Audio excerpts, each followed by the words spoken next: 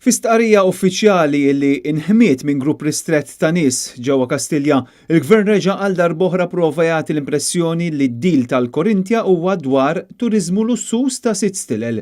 Dan filwaqt li baqa' jiddefendi l-ftehim li sar fuq din l-art f'San Ġiljan billi rrefera għalih bil-frażi ferm importanti. Ir-realtà hi li l-Korintja għandu pjan illi fuq din l-art pubblika mogħti għalihom b'konċessjoni jiżviluppa torrijiet residenzjali li jiswew id-doppju ta' dak illi preżentament hawn fis-suq. Dan kien ikkonfermah ukoll iċ-chairman tal-grupp Alfred Pisani. Aħna immorru nġibu l-klijenti aħna, mhux se noqogħdu nistennuhom jiġu, tajjeb, u definitament il-prezz tagħna jkun ir-doppju ta' ħaddieħor.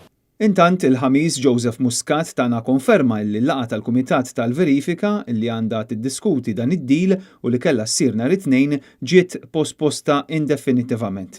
Din hija t-tieni darba li din il-laqgħa ġiet posposta kif oriġinarjament l-ewwel laqgħa kellha ssir fil-bidu tax-xahar li għadda. Il-Gvern issa ilu xhur ikaxkar sqajh dwar dan il-kuntratt u ma jrid bl-ebda mod juri x'fih il-ftehim tant li issa Times għamlet talba formali skont il-Freedom of Information Act. Fl-aħħar sigħat, grupp ta' imprendituri taħt l-isem Foresight kitbu lil membri parlamentari biex jesprimu tħassib tagħhom dwar dan il-ftehim. Dawn il-businesses jingħaqdu mal-pressjoni kbira li qed issir mill-kunsilli lokali taż-żona u anke minn numru kbir ta' NGOs.